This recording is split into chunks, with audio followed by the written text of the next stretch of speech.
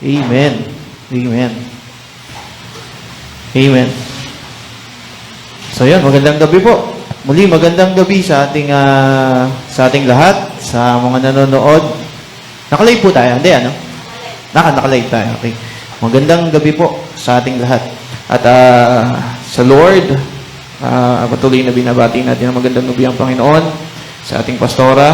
At patuloy na tayo nagpapasalamat at nabibigyan tayo ng pagkakataon to share the Word of God. Ating pagbulay-bulayan yung ating topic for today. Day 6 po ito sa Purpose-Driven Life. Ang title po nito is Life is a Temporary Assignment. But before we go on, let's pray. Lord, maraming salamat, Panginoon, sa patuloy na paggabay ninyo sa buhay ng bawat isa sa amin. Kayo po ang aming itinataas, tinatalaga, Panginoon, na pinuno ng aming buhay, Father God. Kayo ang driver ng aming buhay, Panginoon. Patuloy nyo kaming gabayan sa lahat ng aming gagawin. Patuloy nyo ipaintindi sa amin ang aming pagbubulay-bulayan ngayong gabi. Maraming salamat po. Kayo po ang maitaas. In Jesus' name we pray. Amen. Amen. So, nung bata po ako, kapag may bumibisita sa amin, lagi kong naririnig to. Ewan ko kung kayo din, no? Oh, laki-laki mo na. Ganun, no? Laki-laki mo na. Yan. Noon, ganito ka lang. Ngayon, ganyan ka na. So, yan. So, naniniwala ba kayo na yung buhay daw is kung gaano kabilis tayong kumurap, ganon din daw kabilis lumipas yung ating, kumbaga, yung ating mga ginagawa. Kaya nagsisilbi na lang itong memories. Amen? So, nakakatuwa kasi ngayon ako na yung nagsasabi sa anak ko na, oh, laki-laki na ni Ford. No? Dati tayo lang ang sinasabihan, laki-laki mo na. Nasabihan ako ng mga tito ko. Ngayon, tayo na yung nagsasabi sa mga anak natin, sa mga pamangkin natin, laki-laki mo na. Di ba? So, ganun kabilis yung takbo ng panahon na hindi natin namamalayan. Amen? So, again, life is a temporary assignment. Yung po yung ating topic for today. So, ano yung ibig sabihin nun? Malalaman po natin ngayong gabi. Repeatedly, the Bible compares life on earth to temporarily living in a foreign country. Earth is not our permanent home, sabi, or final destination.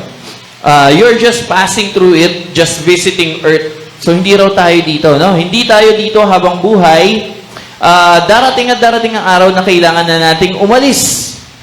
Yan. At sa oras na dumating yung oras na yon, yung araw na yon, dapat handa tayo. We're ready. Amen? Ang dami kasi dito, or not here, ang dami kong kakilala na pag napapag-usapan na yung death, ako rin naman, takot din ako. But, nung narinig ko yung preaching ni Pastor Ronald, ni Ninong Pogi, during nakaburol si Ninong Dennis, sabi ko nga kay Raquel, nag-usap kami, nakaka-excite pala. Nakaka-excite palang kunin ng Lord. Di ba? Nakaka-excite. Hindi pala dapat ito kinakatakutan. Though, masakit, malungkot yung proseso, pero once malagpasan natin yun, di ba? Everlasting life, no? Sarap.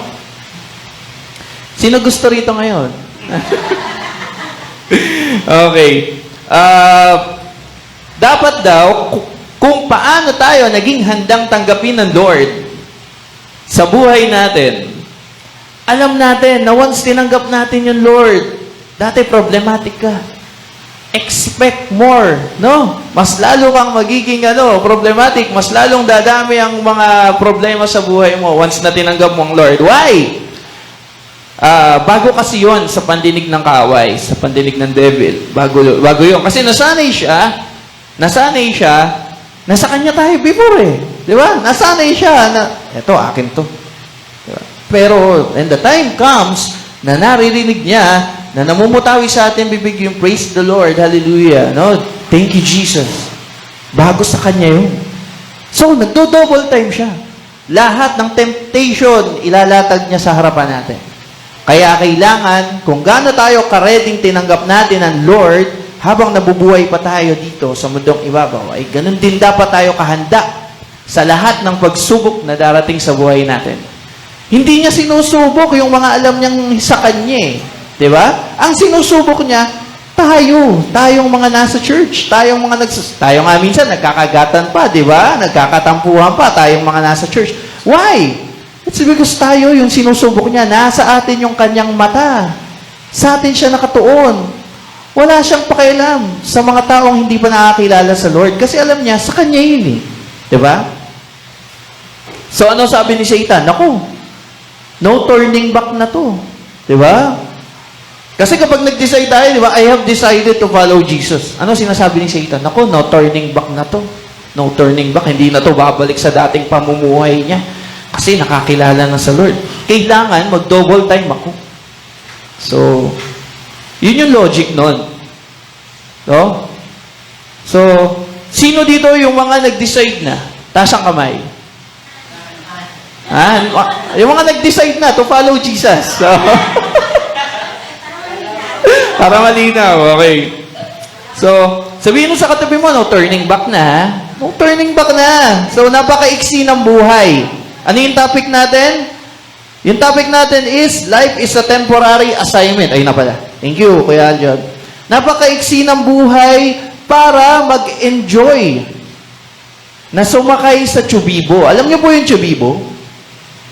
Yung Chubibo ba yun? O Siso? Siso, yung gano'n, di ba? So, di ba? So, madaming ganyan, no? Christian or hindi, pero focus tayo dun sa mga kapatid nating Kristiyano. Marami pong instances na nakaka-experience sila ng ganyan. Though, ginagamit sila ng kaaway para mapunta sila dun sa ganong sitwasyon. So, yan. Na pag nasama sa mga leaders, malakas. No? May mga ganyan ako before.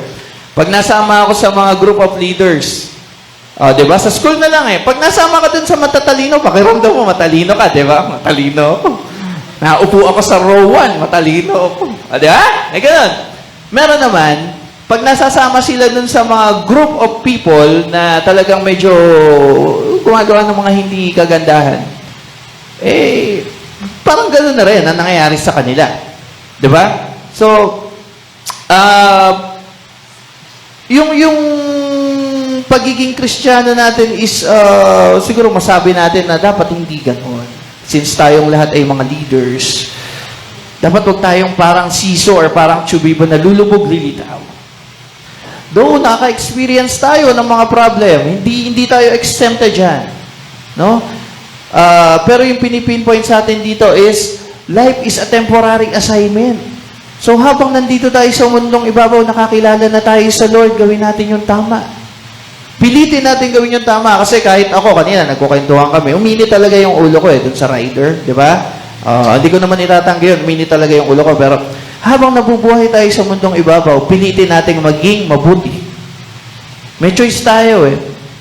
It's either makinig tayo sa mga bumubulong sa atin na huwag mong gawin yan, ganito dapat. Or, manaig yung tawag ng laman. Diba? Na magalit ka, mag-react ka ng hindi maganda. Diba? So, napaka-iksi ng buhay para aksayahin natin sa mga ganong klaseng bagay. Amen? Amen? So, kung ikaw, halimbawa dito, kung tayo ay totoong Kristiyano, tayo, sama na ako, kung tayo ay totoong Kristiyano, magkakaroon tayo ng isang salita. Kung galit ka, nagtatampo ka, say it. Di ba? Explain yourself, hindi manghuhula yung mga nasa paligid mo para hulaan, bakit nagagalit si ganito? Amen? Say it. The reason why God gave us mouth, para express yung sarili natin sa pinakamababaw na paraan, pinakamaayos na pamamaraan. Amen? Kung natutuwa ka, nabibless ka, ako ganun eh. Kaya lagi ako napapagsabihan ni Pastor Rachel eh. Masyado daw akong impulsive. Kasi pag natutuwa ako sa isang tao, ako ang unang pumupuri. Kasi tama yung ginagawa eh. Amen? So, encourage natin. I-acknowledge natin. Kapag tama yung ginagawa, i-acknowledge natin. Di ba? Simple as that. Alisin na natin sa dictionary natin yung pagiging orokan. Amen? Dapat hindi tayo ganon. Kasi, life is a temporary assignment. Pansamantala lang tayo dito. So, yung pansamantala na yon, gamitin na natin yung pagkakataon natin na yon para makagawa ng maganda. Amen? Ako rin, subjected din po ako dito sa topic na to kasi I'm not perfect, nagagalit ako.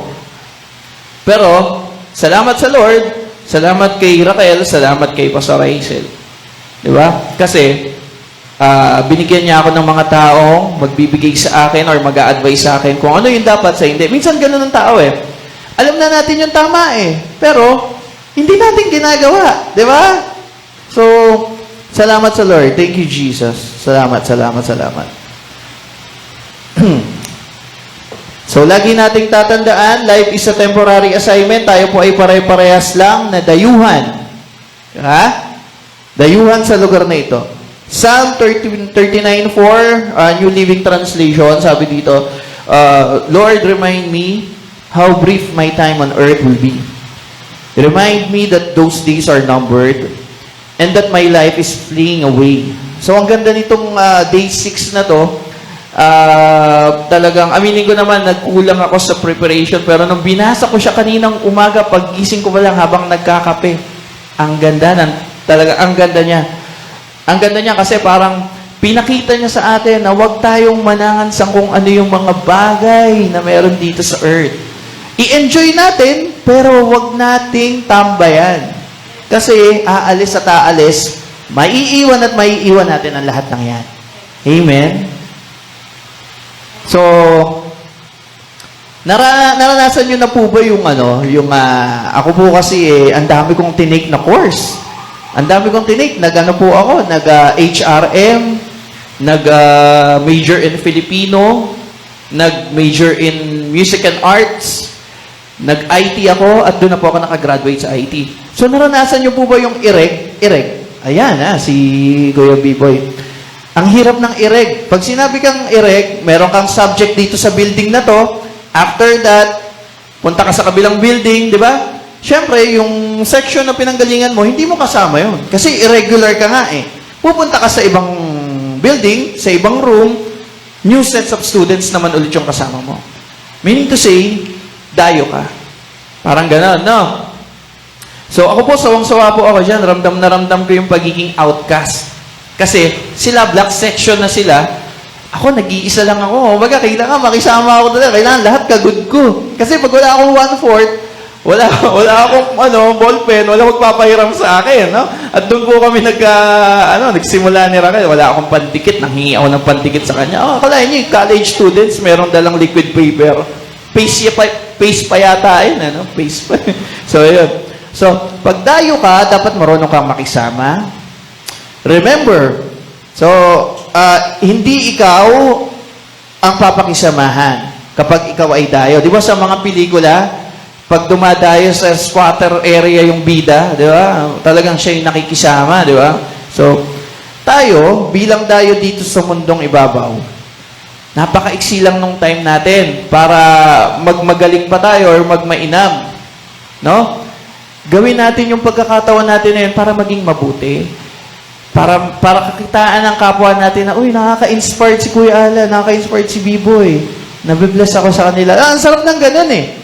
Diba? Yung imbis na kainisan ka, katutuwaan ka ng kapatid mo. Diba? Amen? So, hanggat kaya natin gumawa ng mabuti, habang tayo ay nabubuhay pa, pilitin natin gawin yung tama. Kasi, life is a temporary assignment. Babagsak pa rin tayo doon.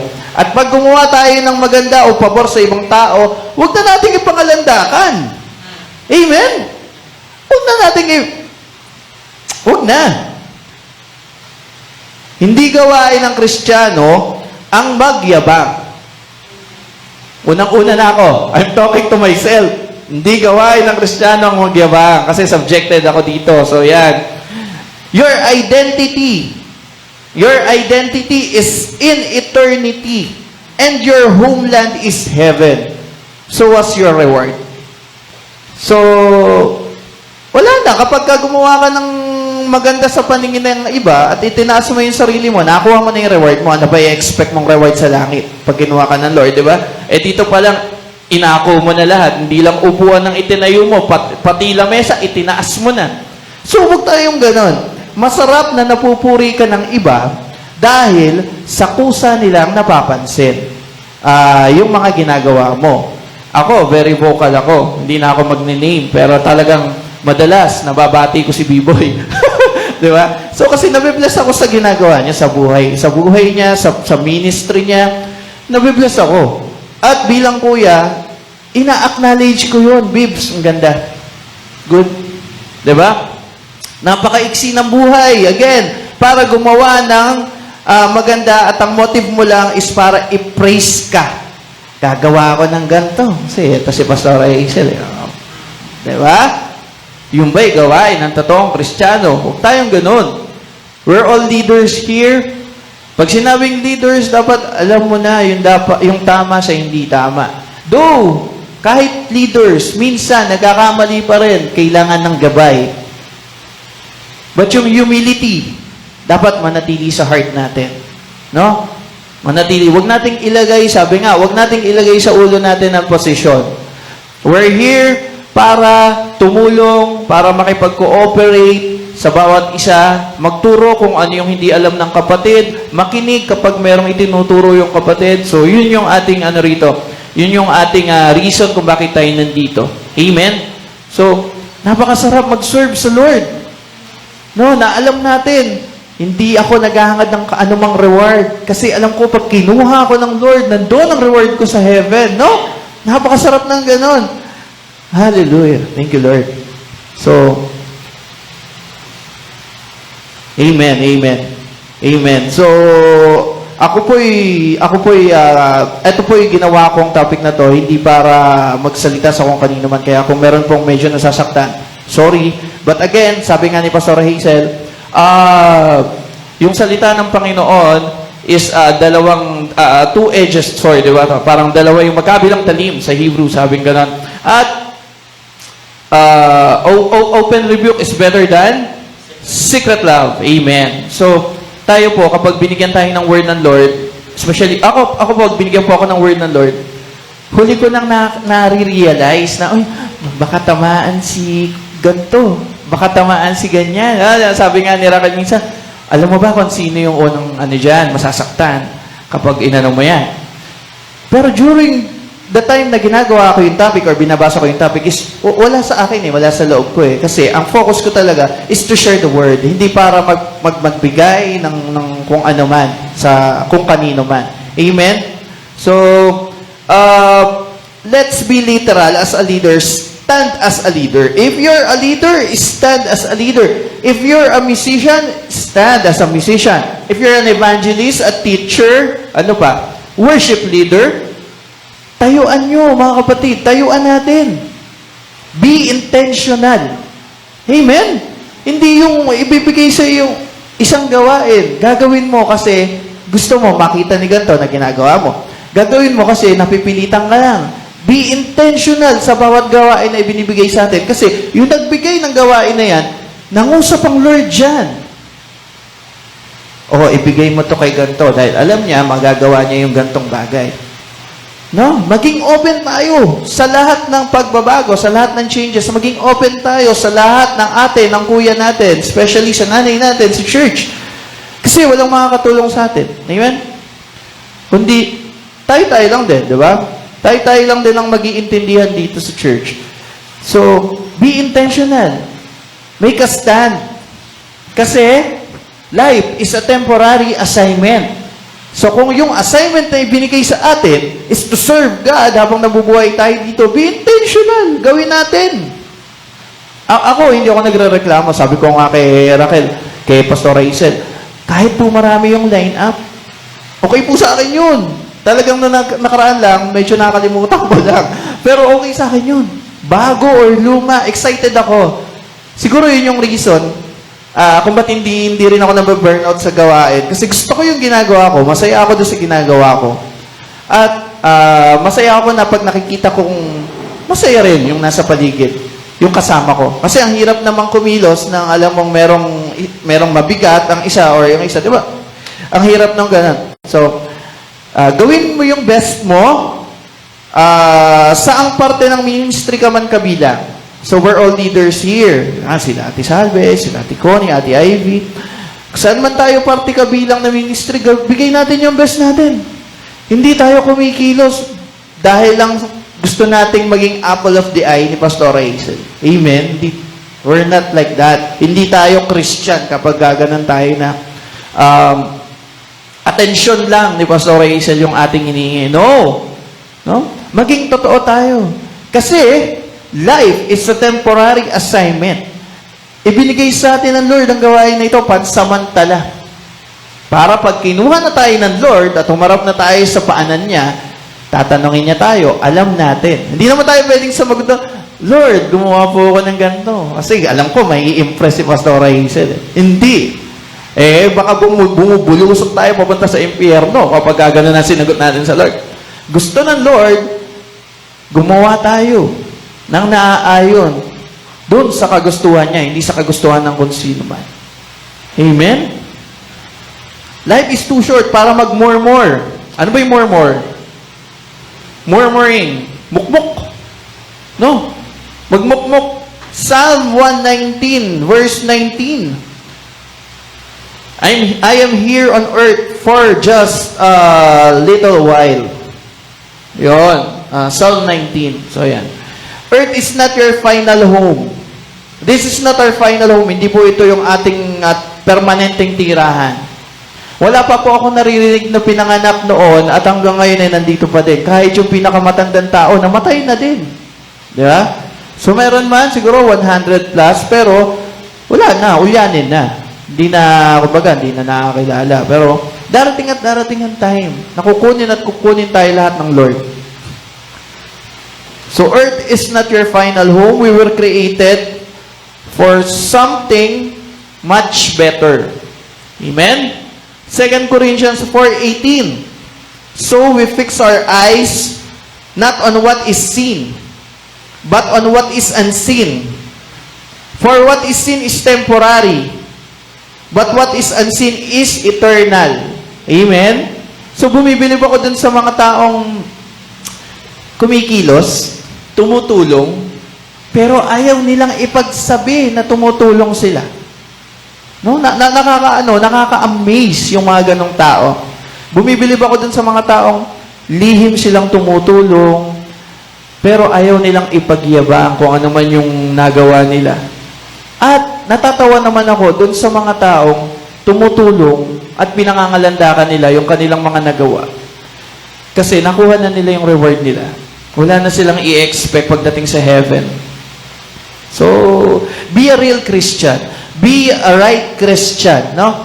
So, yung sabi ko nga kay Raquel kanina sabi niya, tinatanong niya ako, nagugulan ako, paano ba nasusukat yung pagiging Kristiyano? Sabi ko, simple lang naman siguro yan. Sundin mo lang yung utos ng Lord. Ano ba yung utos ng Lord? Di ba? Love the Lord your God. No? Love your neighbor as yourself. Kasi kapag sinunod mo yun, never kang makakaisip gumawa ng negative sa kapwa mo. At kapag hindi ka gumawa ng negative sa kapwa mo, ano ang opposite ng negative? Puro positive, puro love lang. Puro pagmamahalan, pagbibigayan, pag-iintindihan. Amen? Kasi marami dito, daling sabihin, ako, Christian na ako. Nagpabaptize na ako, Christian na ako, alam ko na yan. Nagpapakanta na ako. Tumutugtog na ako, may ministry na ako, usher nga ako Hindi, sa kids ako, nagtuturo ako sa kids. Ako, nagpipreach pag midweek. Ang daling sabihin di ba? Pero napakarami kong nakikita na Kristiyano lang pag araw ng Miyerkules or Huwebes at pag araw ng Linggo. Yun ang nakakalungkot. Kristiyano lang sila sa label. Pero hindi nila isinasa pamuhay kung ano ba yung dapat na makita ng tao as a Christian. Kung ako bago-bagong Christian at makikita kong gano'n ang kanilang ginagawa, baka natisod na ako. Diba? Pero, hindi tayo hinayaan ng Lord. Hindi tayo hinayaan ng Lord para bumigay lang sa mga ganong bagay. No? Hanggang ngayon naman ako talaga nadidisappoint ako. Dumarating ako sa puntong nadidisappoint ako. Pero, nandiyan ang Lord At salamat rin dun sa, ano ba tawag dito? Yung support team. Ayan. Yung mga ka-churchmate natin, nagpapalakas sa akin ng mga time na may mga problema. Sinasabi sa akin ni B-Boy, hayaan na lang natin, Bib. Hayaan na lang natin, quiz. Ganyan na encouragement niya sa akin sa chat. Tapos si Pastor Hazel naman, sinasabi niya sa akin, parang, tumahimik ka lang muna, parang, listen first, bago ka mag-react, pakinggan mo na muna, or, basta maging quiet ka na muna, sa madaling salita. No? So, kasi kapag nauna yung reaction natin, wala na, distraction na yun ang kasunod nun. So, sa bawat instances na nakaka-experience tayo ng mga problema, at normal yun. Yun yung sinasabi ni Raquel sa akin na bago ka kumilos, tanongin mo muna si nanay, i-PM mo. Quiet ka na muna. Pakinggan mo na muna. Bulay-bulayin mo na muna yung yung sitwasyon. Hindi yung magre-react ka agad. So, kung tayo'y dayo dito sa earth, dito sa mundong ibabaw, gawin na nating worth it yung ating pagiging dayo dito. Gumawa tayo ng tama, gumawa tayo ng mabuti sa kapwa natin. Amen? Kasi kung yung kukunting oras, panahon na ilalagay natin sa earth, bukas din natin alam kung magkakasama pa tayo. Tapos gagawa pa tayo ng hindi maganda. Diba? So habang may pagkakataon para pagsisihan natin yung mga kasalanan natin, gumawa tayo ng tama. Life is too short. Life is too short, no? Ako, ang laki ng pagsisisi ko kasi lagi sinasabi sa akin ni Pastor Hazel, buti ka nga, nasasabi mo sa Kuya Dennis mo yung mga ganyan, very vocal ka. Pero, ang laki rin nung yung pagsisisi, parang ano ba yung tamang term doon? Kasi, hindi tayo nabutan ng Kuya Dennis na ganito na tayo. No? Yung gaya niyan, may bago po tayong drum set. No, galing po sa isang kapatiran. Kung napapansin po ninyo, at wala na po yung digital drum natin, biyaya po ng Lord dyan. Tingin ko, Ninong Dennis ang unang-unang matutuwa kung nandito siya. So, yung mga ganong pagkakataon, though, dapat din tayo nagdudwell dun sa mga ganong pangyayari, ganong pagkakataon, pero hindi rin natin maiwasang mamiss. Pero, may malaking pero doon. Kung tayo ay gumagawa ng tama, ginagawa natin yung nais ng Lord sa buhay natin, sinusunod natin yung kanyang mga commandments. When the time comes na tinawag na niya tayo, sabi ko nga, makikita rin tayo. Di ba? So, alam ko yung destination ko kasi tinanggap ko ang Lord, gumagawa ako ng tama, at kapag ako yung nagkakaroon ng kasalanan, nagsisisi ako. So, alam ko, magkikita ulit kami. Kaya, nakakatuwa no? Nakakatuwa na medyo bittersweet yung feelings na minsan iniisip ko sana kasama natin siya sa lahat ng mga tagumpay natin sa Caloocan, sana kasama natin siya, pero yun yung plano ng Lord di ba? Wala na tayong magagawa doon. Ang kagandahan lang, umalis siya, nagtanim siya, at yung tinanim niya na yun, hindi lang basta halaman, amen? Hindi lang basta dahon, puno na, amen? So, alam ko, ang Ninong Dennis, very proud sa kung ano yung naiwan niya sa atin. Amen? So, dito na po ako magtatapos, at alam ko naman po, yung nais iparating ng Panginoon na mensahe ngayong gabi is, maiksi lang yung buhay. Huwag nating sayangin. No? Gawin natin yung natitira nating oras. Napakaswerte nga natin Kasi tayo masigla, wala tayong sakit. Kung meron man, mga mild lang, ubo, sipon. Pero yung iba, di ba, nakaratay na talaga. Paano ba yun pag gusto nilang mag-serve? Tayo, kompleto yung mga kamay, daliri natin, paa. Di ba? So, huwag nating sayangin yung pagkakataon. Mag-serve tayo. Kung merong hindi pagkakaintindihan, pag-usapan agad. No? Kasi, kumpleto naman tayo. May bibig tayo, may dila tayo. Paano pa yung mga pipi? Pero nai-express nila yung sarili nila. Naiintindihan pa rin sila ng kapwa nila. Gamitin natin yung ating oras. Make the most of it para mag-serve sa Lord, para papurihan siya, para gawin lahat, para matuwa siya at malugod siya sa atin. No? Ano lang ba yung ayaw niya? Ayaw lang naman niya yung pagkakabaha-bahagi di ba? So, yun ang iwasan natin. Meron pong nagsabi sa akin ng isang napakagandang quote. Ang sabi dito, ayan, Kuya Aljon, ano mo nga. Nandyan ba? Na-i-save ba? Yun. Sabi dyan, life is an endless education without any graduation. Habang tayo po ay nabubuhay, walang tigil ang pag-aral, pagtutuklas.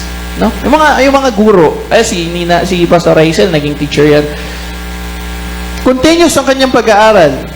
Kasi kailangan advance siya para may maituro siya sa mga estudyante niya. So, ganun rin tayo bilang Kristiyano. Continuous ang pagbabasa ng Bible. Continuous ang paggawa ng mabuti. Continuous ang pagtulong. Continuous yung pag-intindi. Continuous ang pakikinig sa kapwa. Amen? So, salamat sa Panginoon dahil alam ko, ito yung gusto niyang mangyari sa buhay ng bawat isa sa atin. Magkaroon tayo ng unity habang tayo magkakasama pa. Amen? So, again, if you're causing a division, you're not a Christian. You're not a real Christian if you're causing a division kasi hindi gawain ng Kristiyano yun. At isa lang itong paalala sa bawat isa sa atin, be a real Christian, serve the real God, express, do not impress. Amen? So tayo po yung manalangin sa gabing ito. Lord, patuloy na nagpapasalamat po kami sa gabing ito. Salamat po, Panginoon, sa inyong salita na kahit kailan hindi po nagbabago, Panginoon. Salamat, Ama, sa knowledge and wisdom. Salamat sa kalakasan.